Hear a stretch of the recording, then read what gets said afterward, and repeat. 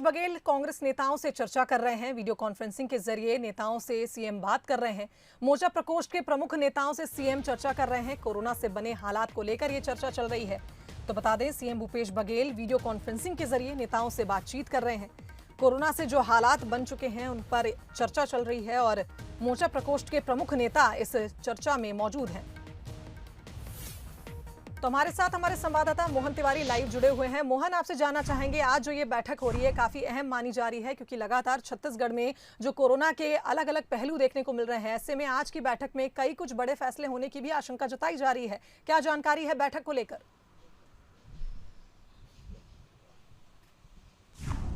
देखिए, जैसा कि हमने पहले ही बताया था कि मुख्यमंत्री की कोशिश यह है कि वो एक आम राय बनाकर लोगों के सुझाव के आधार पर कोरोना से जो लड़ाई सरकार के द्वारा लड़ी जा रही है उसे और कारगर बनाने की दिशा में काम कर रहे हैं। और इसीलिए उन्होंने अलग अलग वर्ग के लोगों से बातचीत करने का फैसला लिया था। पहले हमने देखा कि स्वास्थ्य विभाग से जुड़े हुए जो विशेषज्ञ हैं उनकी कल मुख्यमंत्री के साथ बातचीत हुई।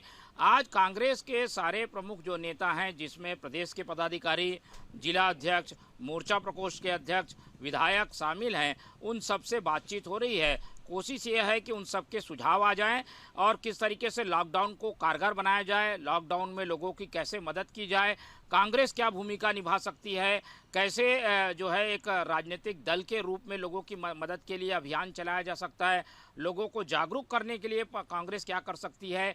टीकाकरण अभियान को लेकर कांग्रेस पर कई तरीके के लांछन लगाए जा रहे हैं कि कांग्रेस की वजह से टीकाकरण अभियान धीमा हो गया, उनके आरोपों की वजह से असर पड़ा।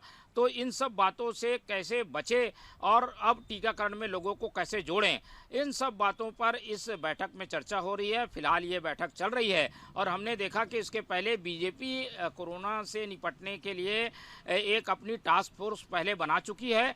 तो कुछ उसी तर्ज पर कांग्रेस भी कोई टास्क फोर्स बनाकर, एक समिति बनाकर लोगों की मदद करने का फैसला ले सकती है। फिलहाल लोगों के सुझाव मुख्यमंत्री सुन रहे हैं और उसके आधार पर सरकारी जो फैसले लेने हैं वो भी लिए जाएंगे और पार्टीगत जो फैसले हैं वो पार्टी के स्तर पर लिए जाएंगे। लेकिन एक डिस्कशन हो जाए, इसलिए इस बैठक को अहम माना जा रहा है। फिलहाल ये बैठक चल रही है और उम्मीद की जानी चाहिए कि इस बैठक के बाद जो सरकार को सुझाव कांग्रेस के नेताओं के द्वारा दिया जाएगा तो उसके संबंध में आदेश आएंगे और कांग्रेस पार्टी। मोहन, एक और जानकारी आपसे चाहेंगे, रेमडेसिविर इंजेक्शन को लेकर खबर आई थी कि छत्तीसगढ़ में रेमडेसिविर इंजेक्शन है, उसकी भी किल्लत देखने को अब मिल रही है, क्योंकि पहले मध्य प्रदेश में रेमडेसिविर इंजेक्शन को लेकर काफी एक तरह से कहा जाए बवाल मचा, लेकिन अब छत्तीसगढ़ से भी खबरें आ रही हैं। इस पर क्या जानकारी है?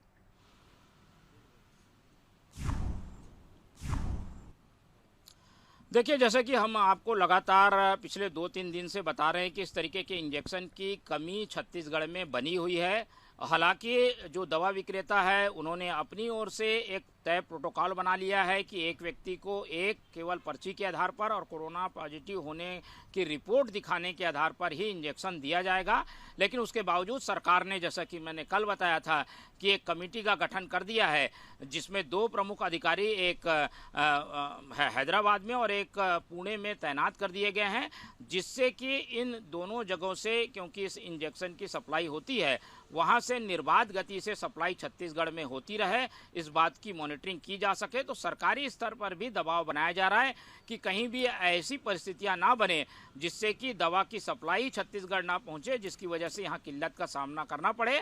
लेकिन दवा की उपलब्धता के बावजूद लोग जमाखोरी ना कर लें, पैनिक होकर ज़्यादा दवा या इंजेक्शन ना खरीद लें, इनसे बचने के लिए एक तय प्रोटोकॉल दवा एसोसिएशन ने अपनी ओर से बना लिया है, जिससे कि लोगों को थोड़ी परेशानी इस बात के लिए हो रही है कि लाइन लगाकर उन्हें इंजेक्शन लेना पड़ रहा है, पर एक से अधिक इंजेक्शन नहीं देने का फैसला लेने की वजह से अब लोगों को उतनी परेशानी नहीं हो रही है।